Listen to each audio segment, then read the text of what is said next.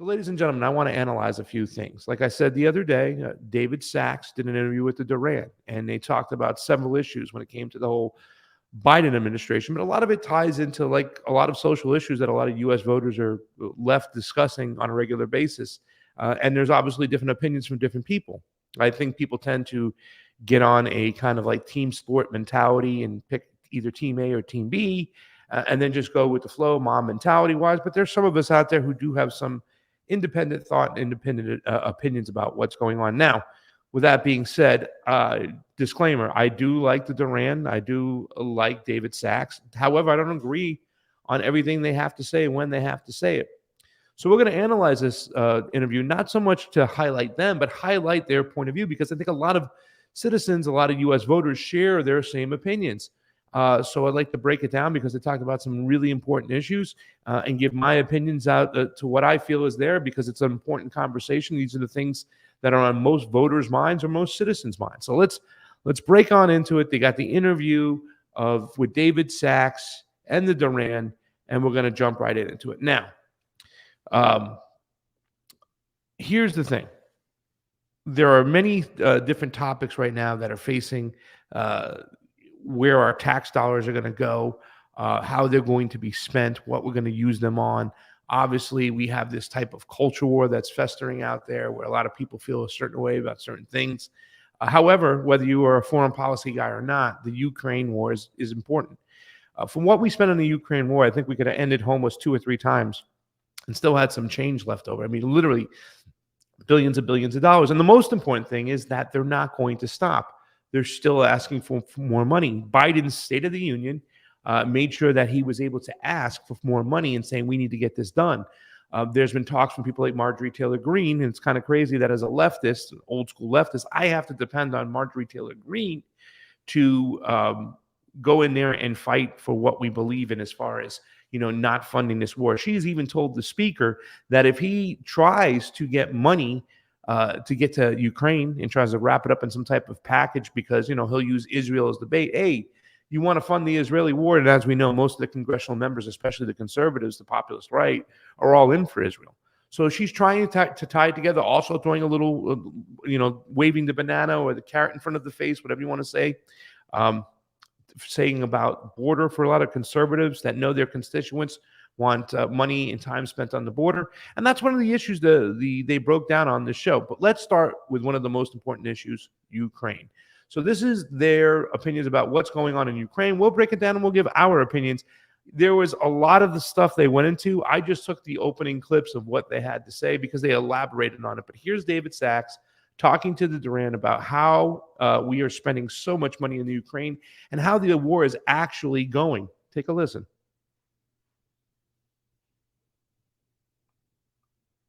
Now of an administration that has lost control of events.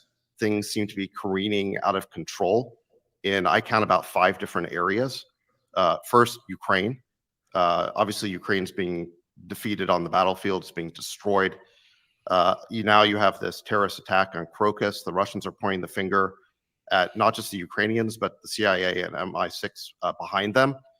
If those allegations can be proven, it's casus belli for World War III. So this whole thing just seems to be spiraling out of control. You already have European leaders explicitly calling for World War III, for inserting troops in Ukraine. So, I think the administration had this idea at the beginning that they could fine-tune this outcome, that they could turn up the heat on Russia, that they could weaken it, they could, crush its economy. And again, it was just this hubris that they could engineer the outcome they wanted in a fine-tuned way. And I think what we're seeing is the war is escalating and it continues to escalate. And it's very dangerous. There's a lot more we could say about that. All right. So he said a lot in one sentence over there, because I think it's really important to point out, and we did a show about this the other day, as far as did Russia have a choice? I would have liked to see them get into the pros and cons or the yeses or no, or his opinion about whether he felt Vladimir Putin and the Russian Federation had a choice or not to get involved in this war. I have explained my point of view, and from what I've seen, and it's clearly obvious that Russia didn't have no choice at this particular time to get involved. Years and years, 8 years, the government had switched. Remember, they went in 2022 for the special operations. The government was couped, right? The existing government was thrown out in 2014. And as we know, people like Victoria Nuland have been found to be behind the whole coup. The U.S. State Department, Jeffrey Pyatt, another U.S. ambassador, handing out cookies on the Maidan, encouraging and forcing this type of color revolution. Listen, we've been involved in Ukraine for quite some time. You can go all the way back to 1991. We've always known that Ukraine is a country that's split, the West being a part of Ukraine, being more aligned with some of the Nazis and the Germans and fighting World War II, where the East, Russian-speaking ethnical people who are more aligned with Russia, go in and out of Russia on a regularly daily basis. So knowing that the United States was trying to do what David Sachs elaborated over there, they thought they can control the situation. They thought they could bankrupt once again the Soviet Union the same way they did in Afghanistan.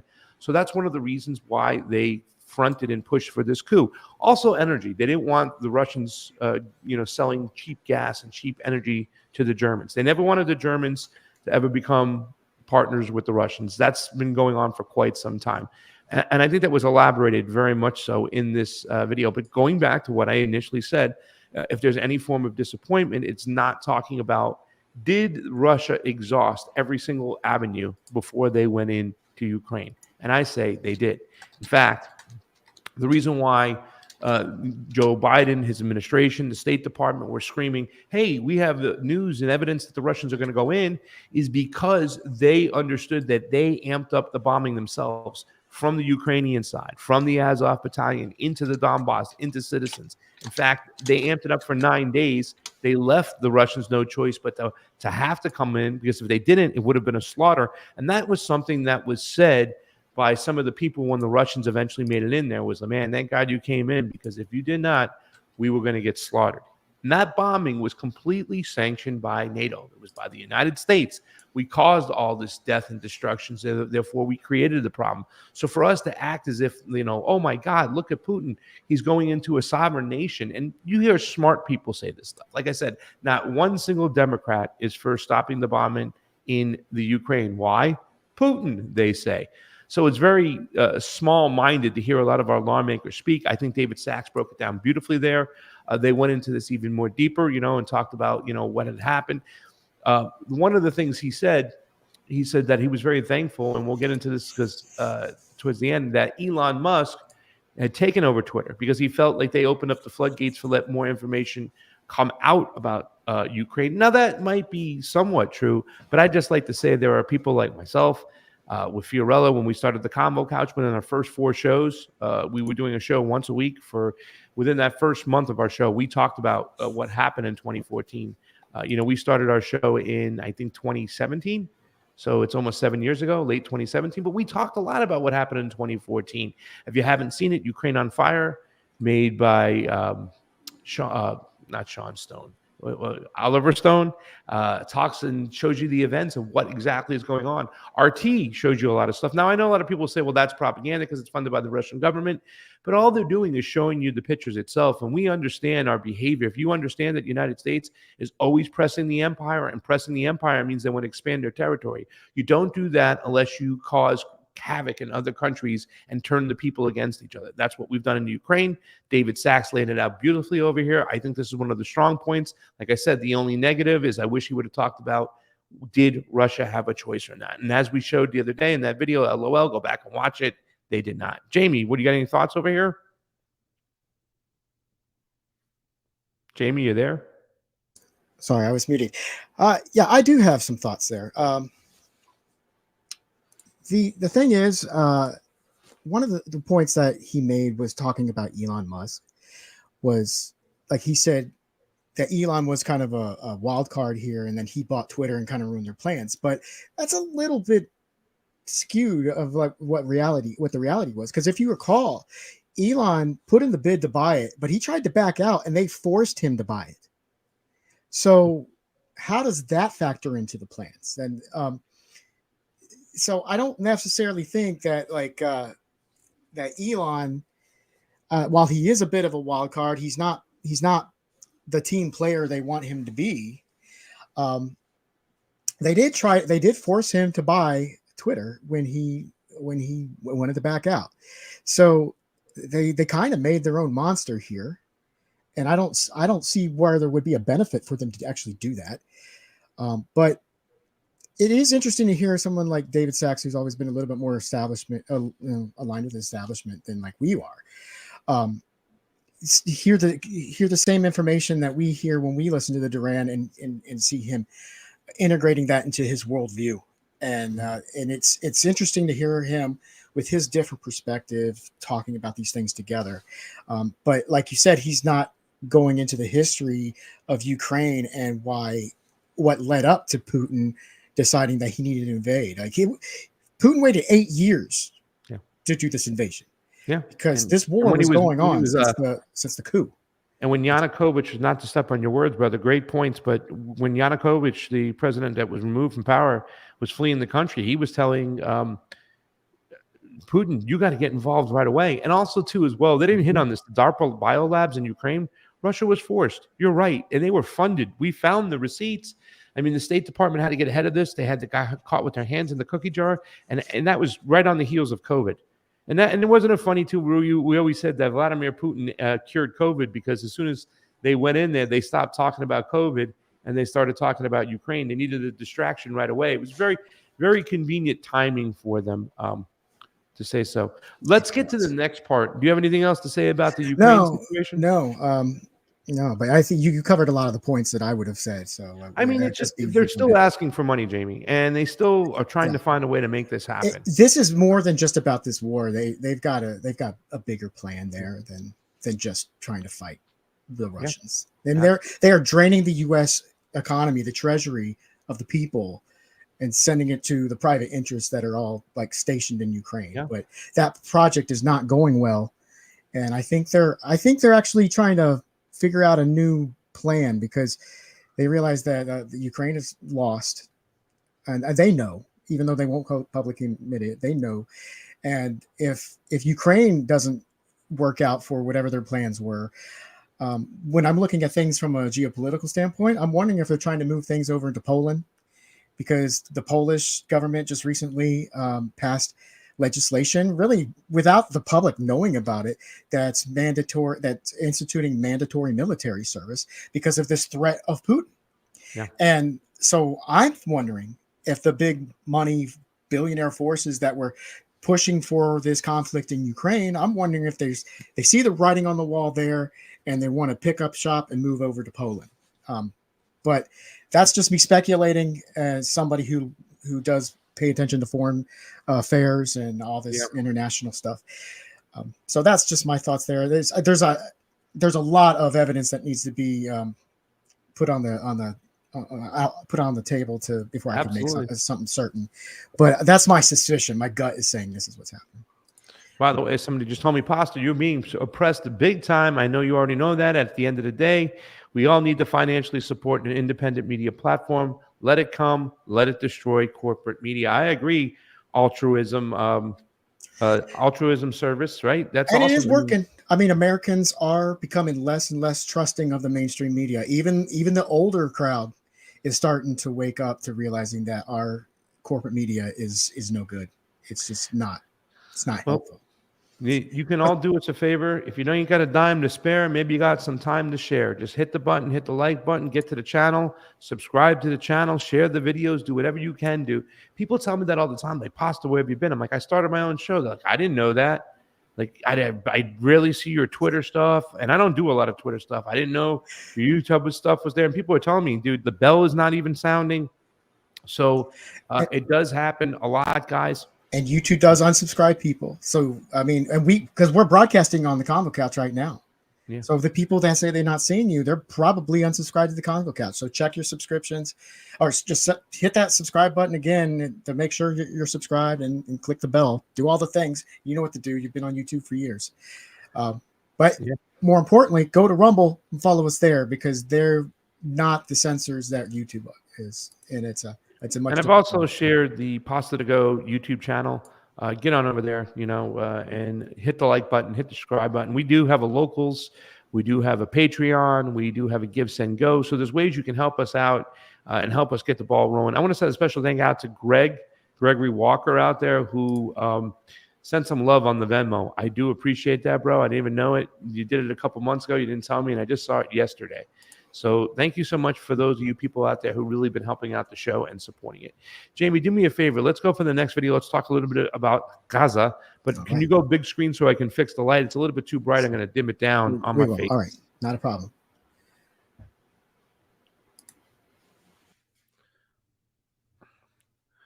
I think the second area that just feels out of control is Gaza.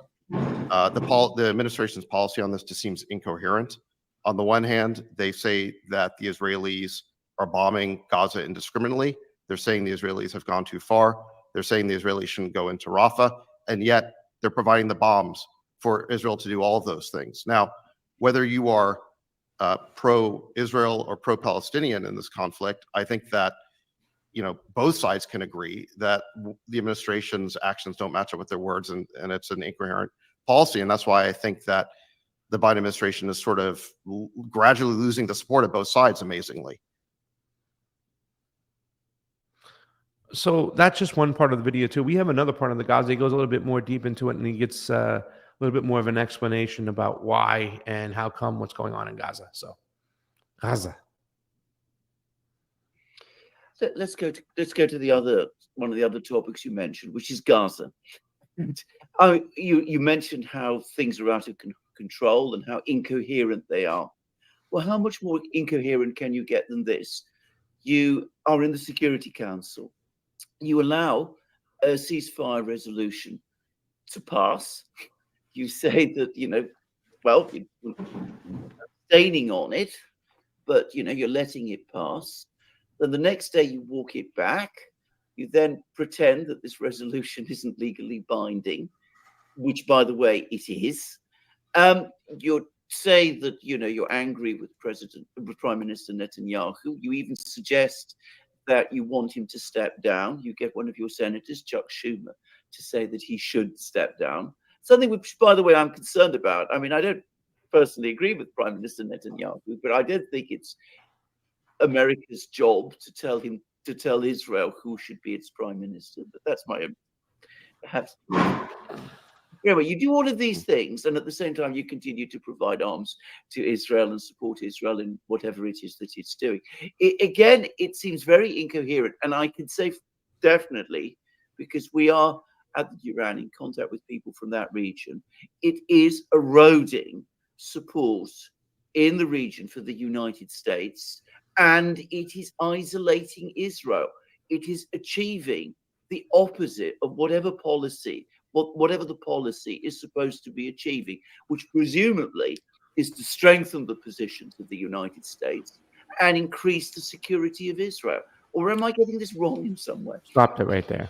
No. All right. So before we get to Jeffrey Sachs's answer over here, I just want to point out a few things. I know there's some of you out there who would say, well, man, that's not right. You're kind of being a little bit, even keeled about this when this isn't an even situation. Clearly, to a lot of people who listen to my audience, I think that they would agree with the consensus on this channel, or the people who watch the Convo Couch or Jimmy Dore when I was on there, and that this is mainly a one-sided issue. In other words, it's the Israelis that are the aggressors. They're ethnically cleansing the Palestinians.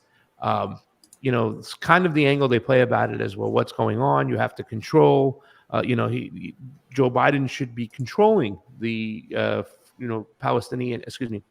the Israeli prime minister, like the presidents of the past. However, I think things are different right now. I think we've come to fruition with the whole master plan and how the Zionists, the Americans are connected together, right? Simply the reason why they're going along with these things. And I think it was so important. He pointed it out. And I say this all the time. One of my analogies was it's this situation when it comes to the United States and Israel. It's like the United States telling Israel that, hey, you need to stop beating your wife, and you're terrible, you're awful, stop beating your wife. But then you constantly give them a bigger and thicker belt to beat their wife with. That's the analogy of what's going on. You can't say that they're really concerned about the Palestinians, and even though they say they're offering up aid, and now this kind of fishy, funny business with this pier that this floating dock or giant pier they're gonna build 2 miles out, and like a bridge. It's a makeshift bridge that goes from the water all the way into the Palestinian beach over there in Gaza, and a lot of people, they're getting duped by when they say, "Hey, man, what they're really doing is they're providing aid." No, it's not. What they are doing is they're providing a place in which they can disperse most of the Palestinian people. At least this is what I believe. They can disperse many of the Palestinian people out of Gaza, because back to what we were talking about, why the United States and why Joe Biden isn't pulling the leash tight on Israel as he's providing them with weapons and giving hot air. That it seems like he cares, is because they're part of that master plan, and that is to ethnically cleanse and get rid of all those people in Gaza. That's what I personally believe at this point. So with some interesting points that are brought up, let's get a little bit more into it. But Jayme, do you want to say anything about that before we watch the rest of this over here? Because this is such an intriguing video, and so many people share these opinions, and we do have to analyze the whole situation when it comes to Israel and a lot of the populist right, Joe Biden and Donald Trump. Go ahead, buddy. I don't really have anything to add to what you just said there. I agree with you wholeheartedly. Okay. And, let's get into David Sack's answer here, though. Let's do it. No, I agree with you. I think that Israel's policy has completely backfired. I mean, I basically tweeted that and got ratioed for it as soon as the bombing of Gaza began. And let me preface this by saying that I'm a supporter of Israel in the sense that I believe that Israel has a right to exist, and I want to see it survive and thrive. I feel like I'm a moderate on this question. I mean, I think ultimately the right solution here would have been some sort of two-state solution, ideally done 20 years ago. But as soon as this bombing began, I said that what Hamas did was an atrocity, was unconscionable. Israel has a right to defend itself. Obviously, it's going to want to take action against Hamas, and yet bombing a civilian population in Gaza that really can't go anywhere is obviously going to backfire horribly. And you see that Israel is losing the support of virtually the entire world. And I think within the U.S., Israel is really losing the support of young people. I think that there's still, I think there's a huge generation gap on this issue. I just don't see how this is good for Israel long term. I don't see how this is in its interest, as well as the fact that it's creating a humanitarian catastrophe. And I feel sorry for the Palestinian people as well. And I think that Biden could have played a much more constructive role here. I think the Israeli mentality was summed up by their famed general, Moshe Dayan, who said that Israel must be like a mad dog, too dangerous to be touched. That's sort of the Israeli mentality, is that they're surrounded on all sides by enemies. And so they must essentially overreact in order to create deterrence. I think this is sort of the Israeli mindset.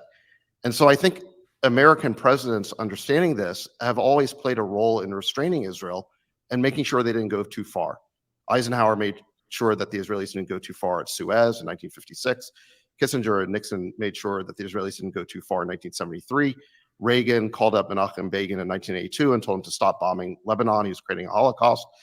So American presidents have sort of understood that the American role here, while being a friend to Israel, is also to make sure they don't go too far and do something that's not in their own interest, never mind the interest of the United States. And I think Biden just didn't understand that, kind of missed that opportunity, went to Israel early, gave Netanyahu the bear hug, and gave him carte blanche effectively. And now he's behind the eight ball trying to rein in Netanyahu. And this is just entirely too late. And, he needed.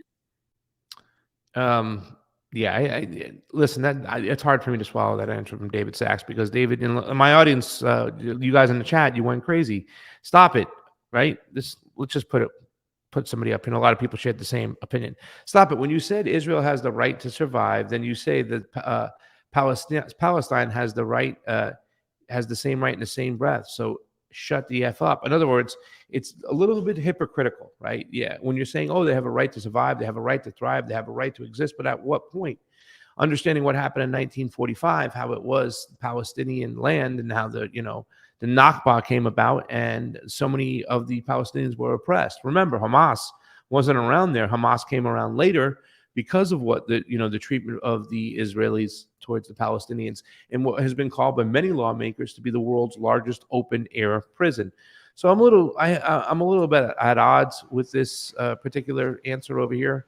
He says he's a moderate when it comes to this situation. I don't consider David Sachs a moderate when it comes to Israel. I consider him trying to play both sides. And I think a lot of people still have that kind of sympathy, that understanding. They've been programmed that you have to have a lot of sympathy and remorse for Israel as a country. Well, does that mean they're allowed to ethnically cleanse other people who, were there way before them? And the majority of these people who are coming, where are they coming from? Brooklyn, New York, right? You know what I'm saying? They're not Ashkenazi Jews that lived there for years. Excuse me. In fact, they're not Sephardic Jews. They're Ashkenazi Jews and European Jews, in fact, that are coming there and controlling everything that goes on. So I take issue with this answer over here. And the reason why he's not doing what every other president has done in the past, as far as what you said, David Sachs, reining in the Israeli prime minister and their actions against Palestinians, is because it's a different time. It's a different plan. It's a new world. Right now, the plan is, and Joe Biden, why he went back into office, the deep state wanted him over there, right, is because they wanted issues like this to conclude. And the thing that's really terrible about this whole situation is that whether it be Donald Trump or Joe Biden, when it comes to Israel, we're stuck behind the eight ball. Us as humans, humanity on the planet, the Palestinians especially. So we'll see what happens moving forward. But this is an answer. The first answer on Ukraine, he hit it out of the park. I gave him an A+. When it came to Gaza, I gave him a B, maybe a B-. I know a lot of you are upset when you hear that comment, and it is playing both sides. And then, of course, too, as well, the belittling and talking bad about Hamas, right? Blaming Hamas on everything, as that is an excuse to kill so many civilians there. I don't buy it. You understand the history of Hamas. You understand that Israel has supported it. Ron Paul said on the floor of Congress many years ago that Israel created Hamas. We have information, actually, I don't know if it was a news clip, but somebody reported on it, that Netanyahu is in 2019 said that if you want to see Israel thrive, then you need to support Hamas. And they've always done this. They supported Hamas because it's a radical jihadist group, and there's a lot of people out of countries who are not crazy about Hamas out there. I mean, he gets into talk about that. We don't necessarily have to go into it, but other countries drag their feet as far as standing up and saying stop because they had issues with Hamas. I believe China kind of slow walked it a little bit, yet they've been one of the people out front. But because it was Hamas, and you even have the situation with Hezbollah, who's not crazy about Hamas, a lot of these other countries drag their feet, but it's not an excuse to ethnically cleanse a region. Go ahead, Jamie. Hamas was an easy target for people to hate.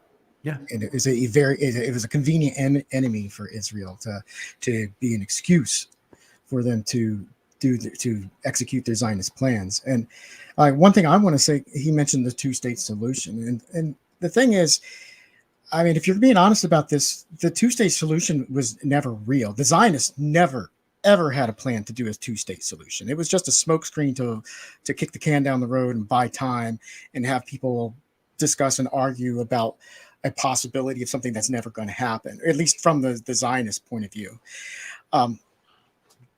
So their solution was always to have a one state that was only Jewish and included no Palestinians. And we're seeing them trying to execute that right now. And a lot of people are backing that now. And I understand the sentiment of people who say, well, Israel as a state, they should be able to be a sovereign state that exists. And to some degree, I can agree with that to a point, but only if it's not an apartheid state and they have full equal rights that includes the Palestinians who were living there long before the Zionists decided that it was a good place to move all these Jewish people in there. So, I clearly make the distinction between Zionists and Jewish people. They are not one and the same. Joe Biden is a Zionist, and he is not Jewish.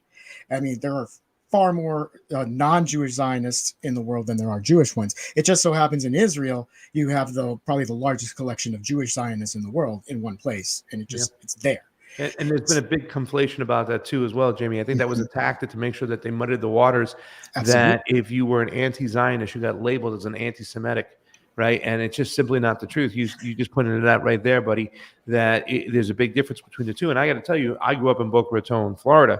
And I moved from New York to Boca Raton at a very young age, had a lot of Jewish friends. Hebrew school is like Zionism school. I've heard those same stories about how Israel, was created and fought against all odds and was so oppressed and all these other issues. I heard about it over a friend's house eating cavelta fish and brisket, right?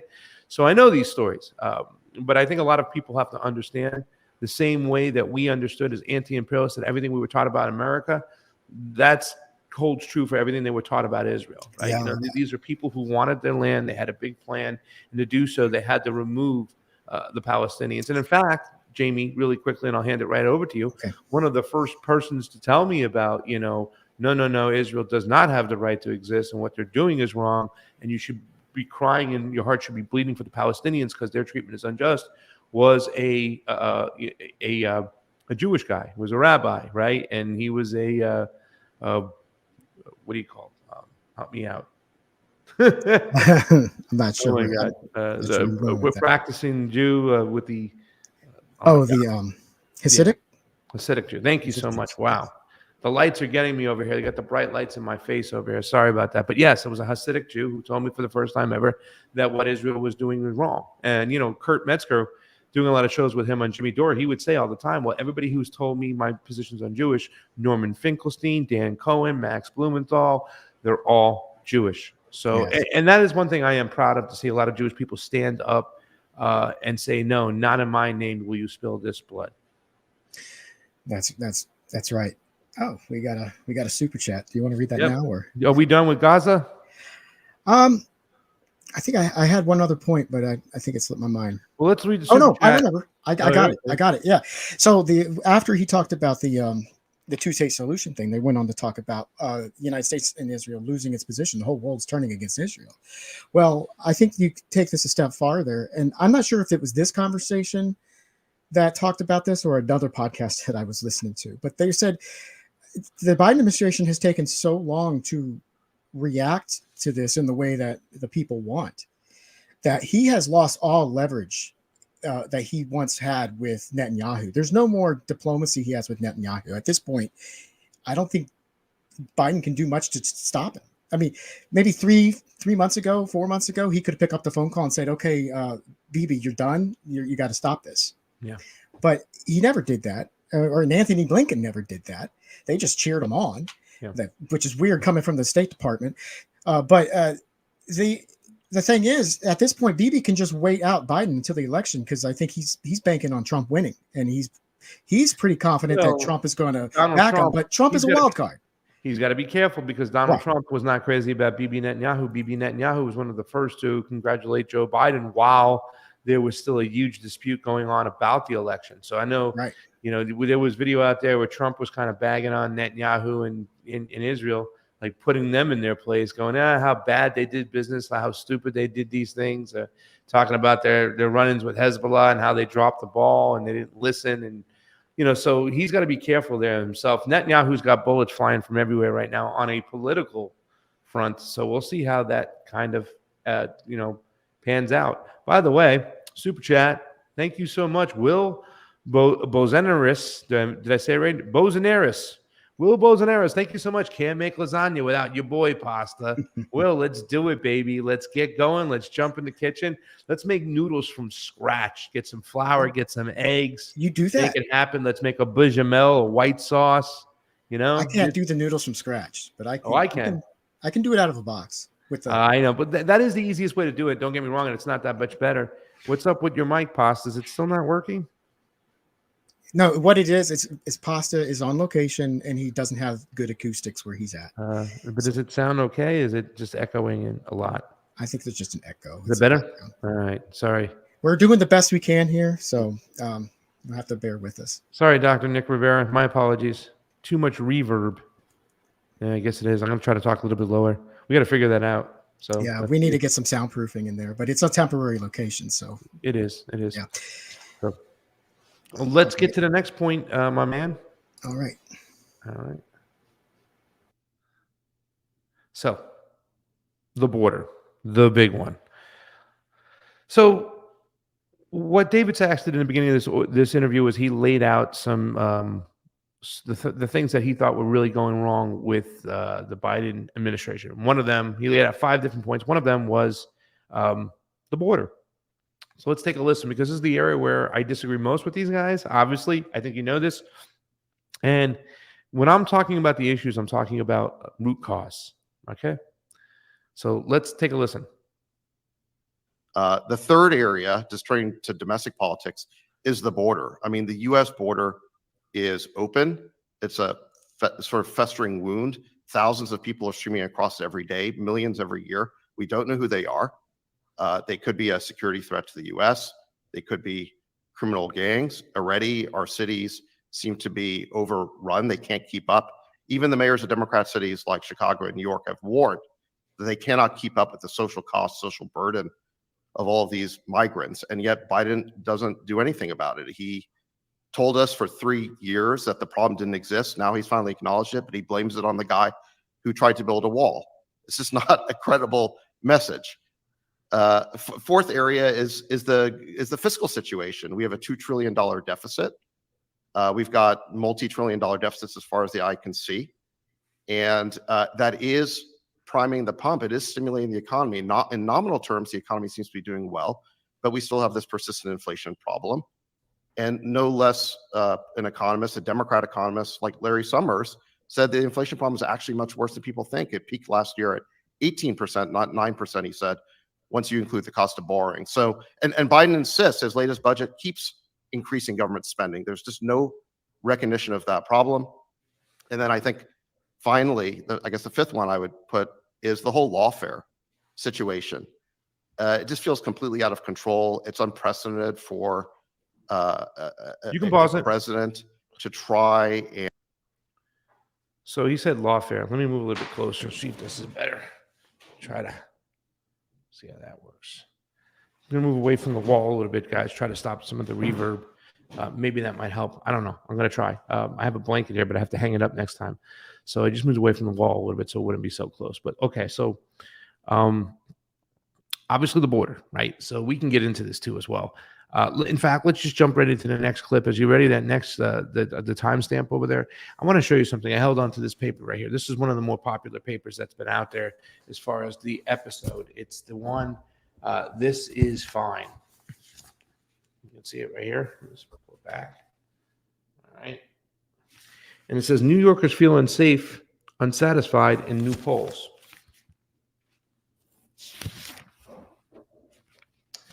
And it's Mayor Adams over there on fire. And this came on the heels of some undocumented workers fighting and beating up a cop. Some stuff that happened up on the subway from another undocumented worker. And this I really can't stand. This is one of the things I really, really hate, because what they're trying to do is paint a broad picture.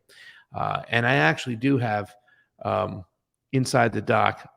After we are you queued up on 2047? Is that where you're at? Yes, that's exactly right. Leave that for a second, the one right below it, and let's go there and we'll go back. Because this is something that, and I wanted to play this too with my friend Ahmed Cabello, because Ahmed had this video on the other day where he, in fact, is there a different angle you can give me? No. Ahmed Cabello played this video the other day where it was showing some Jewish kids, I think, make some fun of some Africans. Have you seen that when that's out there right now? When they were all kind of dressed up and they were mocking African people, like actual Africans. I haven't seen that one. Yeah, well, that's one that's been going out there. Africa Stream played it and stuff like that. And there's been videos before out there. So what I see from both sides, I see a lot of populist right people, Trumpers, play these videos right here. And they look at this. This is what's going on. And this kind of goes when Donald Trump goes, we don't know who they are coming in. We have no idea. They're sending us their worst. He's kind of trying to paint a picture, a broad picture of that. This is who's coming across the border. Take a listen and watch. Y sé que a ustedes no les duele Can you make mi it bigger? contenido. Les duele. There you go. Y sé que a ustedes no les duele mi contenido. I know that Les it hurts duele that I'm making es que yo facture más que more than ustedes sin necesidad without the need de andar como esclavos. ¿Capichi? of Esa es la being a diferencia slave. That's tuya the y difference mía. between you and me. Que yo siempre voy a hacer always make money dinero without a sin lot of mucho work. trabajo. Y tú un And you are explotado, an exploited. un miserable. A what ¿Sí me to do, entiendes? understand me? Un A little bit. poquitico. Yo siempre seré más que tú. Capichi, Capiche? métete eso en la cabeza, Yeah. que no somos That we're iguales. not the same. Mira, Mira, Look. lo que a ti te cuesta reunir $15,000 en 200 años, yo lo hago en par de meses. Years. I do it in a Capichi? couple months. Y Capiche? sé, Okay, so now go to the next slide there. You can see. And then he was crying a couple months after. And they were saying, and just go to the actual tweet itself, what it says there. Not the video, the tweet itself. Here it is. It's terrible. And I love Terrible. She shared some great stuff over the site. Illegal immigrant, migrant influencer, Leonel Moreno, who mocked Americans on social media in several viral videos, has been arrested. Well done. Should the FBI be going after U.S. citizens or looking into guys like this? So we could take it down. I don't have to show the second video because he's crying in the second video and whatnot. But this is something that's going on when you try to paint a broad picture of like, okay, this is what the immigrant is doing here right now. This is the actions they're into. You're really kind of not telling a whole truth. The majority of the people I believe who come across this border, and I've worked in the restaurant business for quite some time in LA, and I knew a lot of people from Mexico, Guatemala, from Honduras, El Salvador. Some of these people are some of the greatest people on the face of the earth.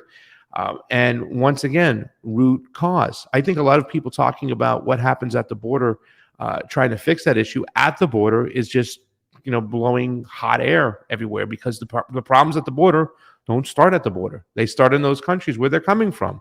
So let's play this clip right over here and hear what they have to say, and I'll tell you my differences and what I feel where we disagree when it comes to how to take care of the border and how to address it. As I said, we have a fiscal situation of which exactly as you said, the government is losing control. You cannot run budgets like this indefinitely, and you cannot allow a situation like the one we have on the border to continue indefinitely. That is an absolute loss of control. One of the functions of governments is to control borders. The government doesn't control the border. What sort of a government is it at the end of the day? I mean, that is one of the key functions of what a government is supposed to be. Yeah, absolutely. And, I say this as an immigrant. I moved to America with my family when I was 5 years old. I became a citizen when I was 10. Elon, similar, came later, was an immigrant. This has nothing to do with legal immigration. This is basically uncontrolled mass migration being allowed into the United States. We just don't know who these people are. Many of them are destitute. They put a huge burden on our social services, and they pose a national security threat and potentially a crime threat. And virtually every week now, there's some new horror story about an American citizen who has been killed by, an illegal immigrant. And I mean, it's anecdotal, but none of these things should be happening. And it is a core government responsibility. And you have to wonder why the administration is allowing this. What they claim is they need new legislative authority in order to take action on the problem. And I just don't see how that's credible. I mean, Trump was able to stop this, or at least have 1/10 the amount. I mean, I think under Trump, there were about 400,000 encounters of these so-called encounters every year. Now we're up to close to something like 4 million under Biden. And of course, that's just the ones that they know about. Those are the people they intercept. So the real number is probably much higher than that. In any event, Trump, through executive orders, was able to take action on this problem. On Biden's first day in office, he repealed all those executive orders. And, it's so dysfunctional now that you have to wonder, why are they doing this? All right. And, there's a lot of people speculate. So before we get to the why they are doing this, you can bring me back up nice and big, and you can see right over here. Where was it at? Right here. Globalists want to sink the American and Western economies. This is one of their strategies. That's from Jeff Menard, who's on the chat. Let me say this much. That is not entirely true.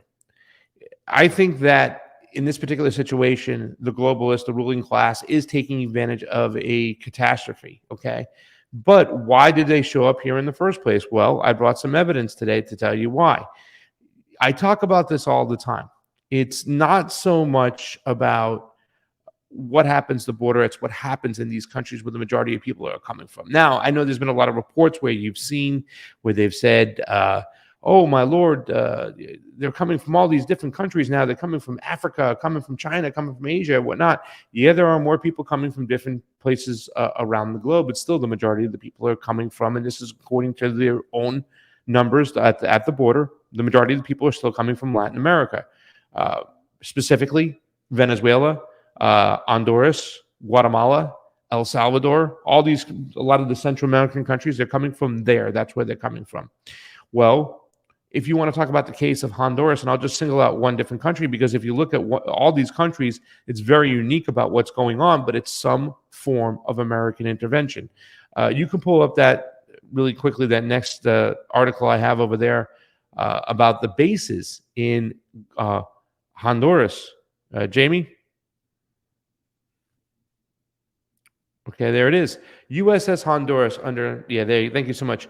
Under Shadow, episode 6. And I'm going to pull it up really quickly and just talk about this because this is crazy.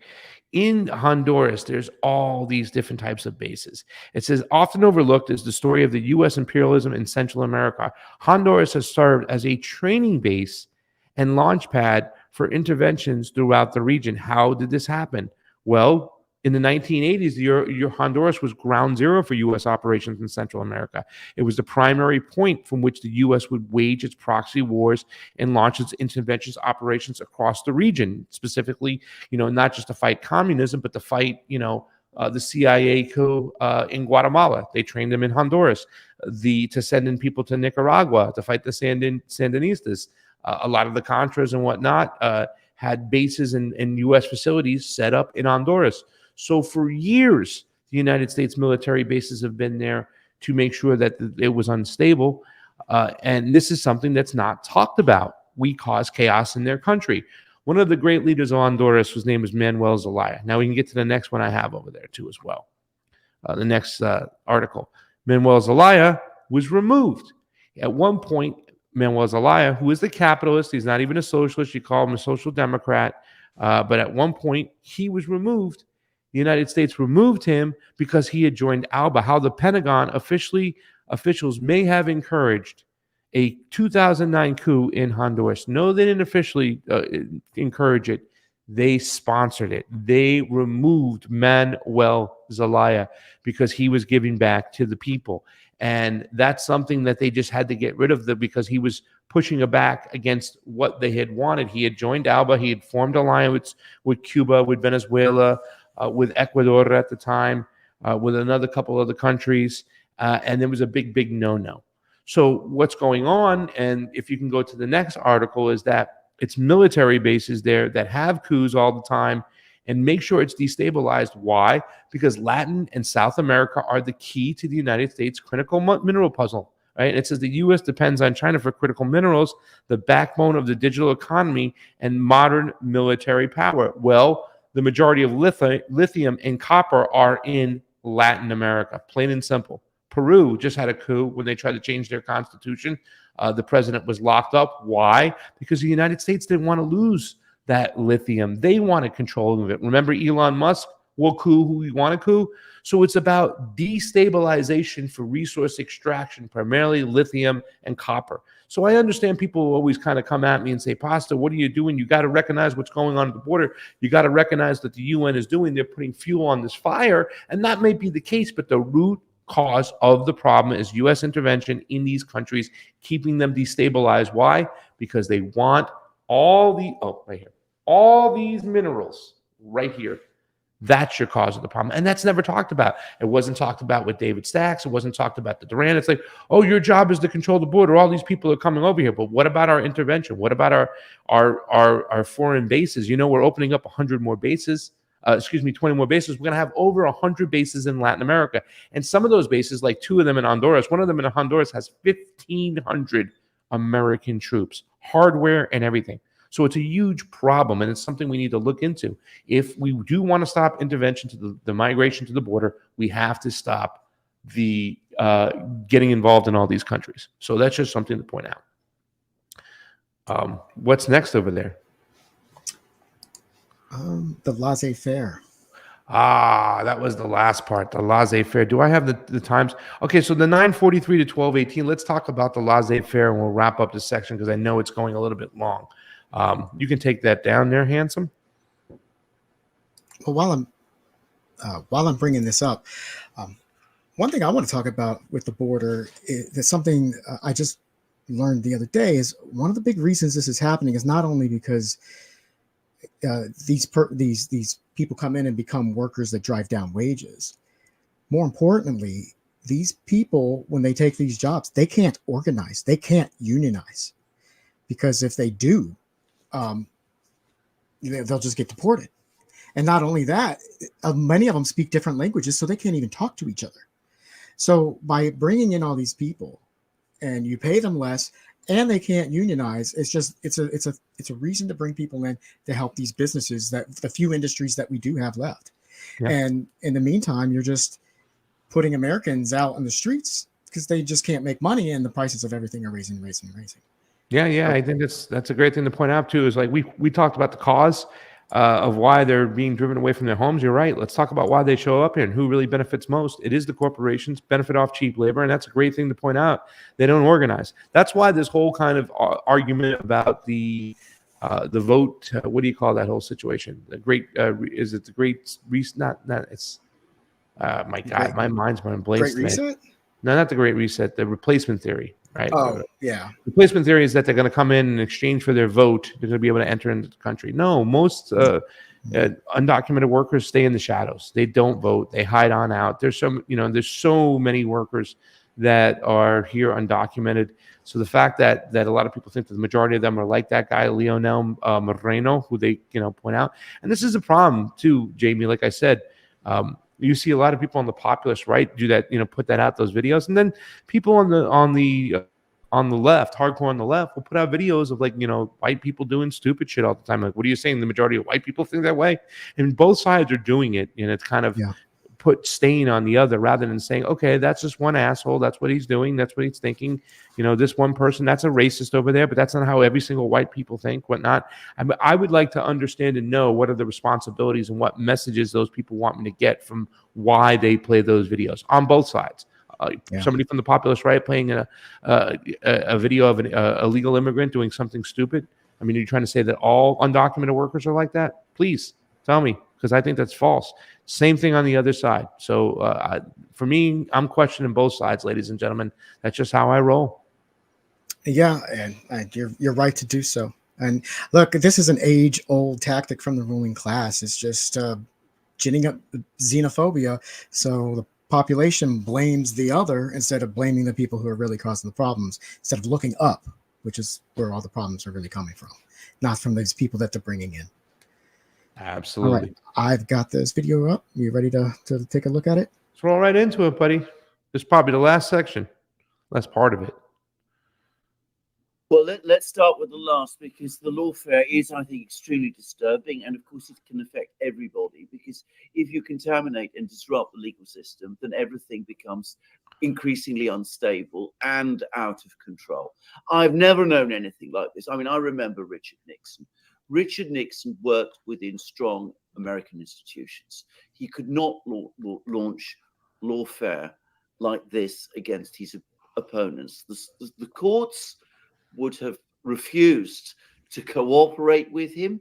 He had to resort to creating his own so-called intelligence agency, his own private intelligence agency, basically the plumbers, small group of detectives and ex-Cuban intelligence officers, people of that kind, to do his dirty work for him. And they did it in an utterly clumsy, chaotic, disorganized way.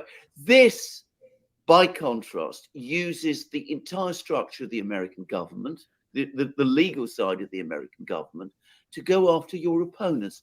Now, I come from a country, Greece, where that was common, and I can tell you how incredibly disruptive that is, and how that can how that can contaminate everything.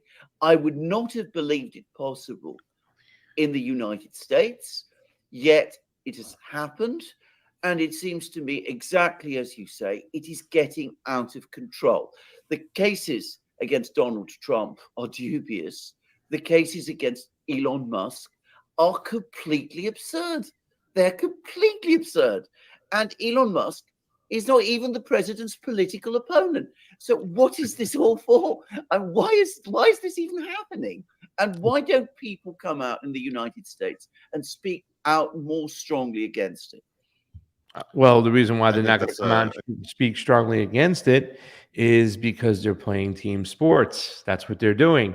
When you see the mainstream media talk about these things, what they are doing is they're not giving you the news. They're giving a certain side or a certain team member confirmation bias. So it gives them permission then it justifies their feelings of hate or disgust for Donald Trump, right? By these guys giving them that information.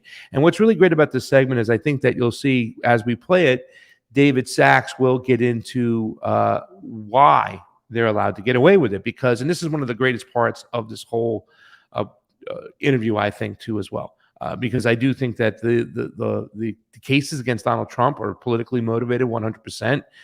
You didn't see Donald Trump do that when he was in office against his political opponents.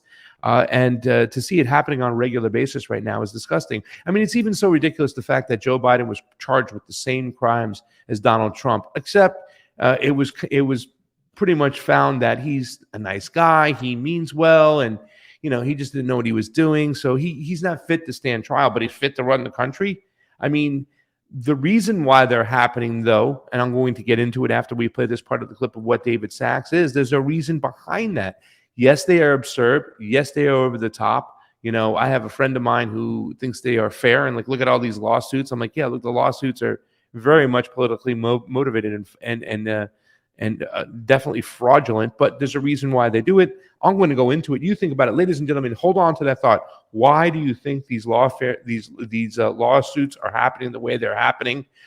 Is it just a bunch of Democrats or establishment Democrats trying to make sure that Donald Trump doesn't run again, or is there something more to it? I'm interested in your thoughts. Leave a super chat if you want to explain to us, and we'll read it aloud. Otherwise, we'll just look for the good answers and find them and read them aloud. Take a look. This is David Sachs talking about the lawfare and the unjust, over-the-top attacks on Donald Trump from a lawsuit perspective. Go ahead.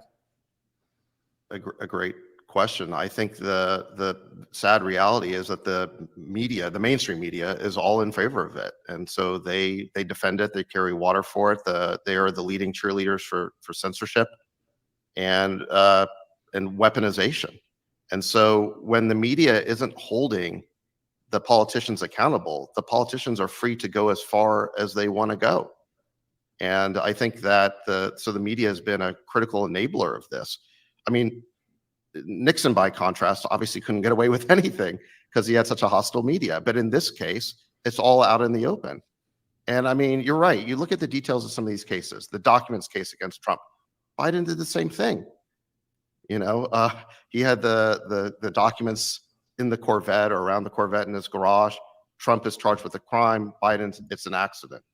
Again, you've got the whole January 6th prosecution where the DOJ wrote a memo in researching whether Trump could be prosecuted for incitement. And they determined that he couldn't be. The case wouldn't work. But that wasn't good enough for Biden, so they invented the Fraud Against the American People charge.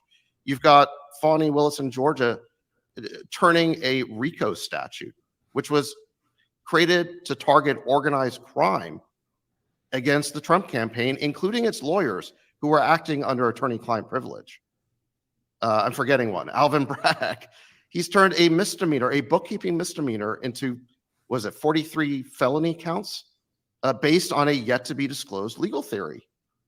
So, you have these prosecutors pushing the limits in a way that's never been seen before. My own view is that prosecutors should never be creative. That's good. Prosecutors should enforce.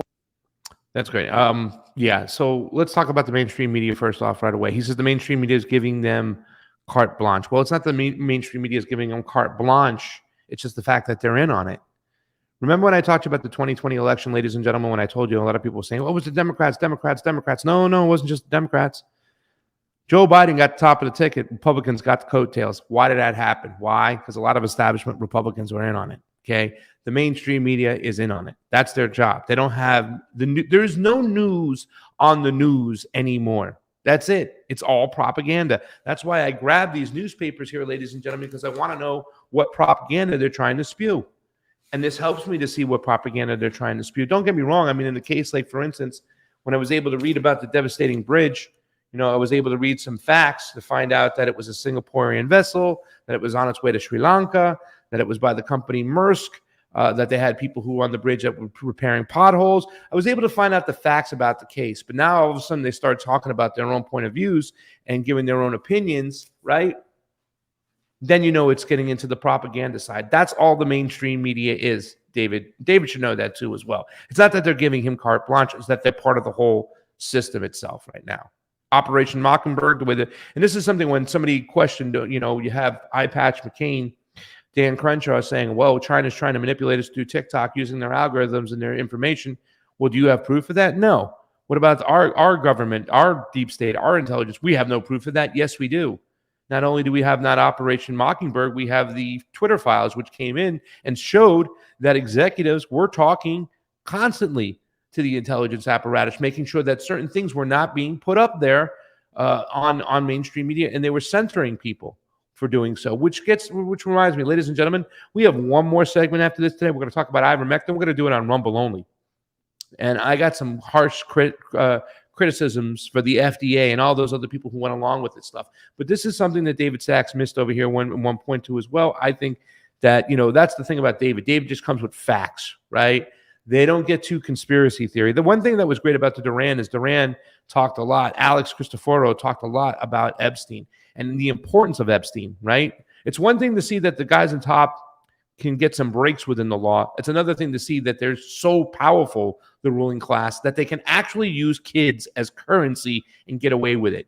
It's the meaning of everything that's going around. Our whole way of life should be turned upside down. It's the black pill that we needed, and that's what Epstein did. It opened up the door. Well, you got to get a little bit more black pill over here as well. You got to understand that Operation Mockingbird has hit its full stride, and this is all about a controlled environment now where the mainstream media works with the big tech companies, works with the government. They don't have a relationship with each other. They're all one.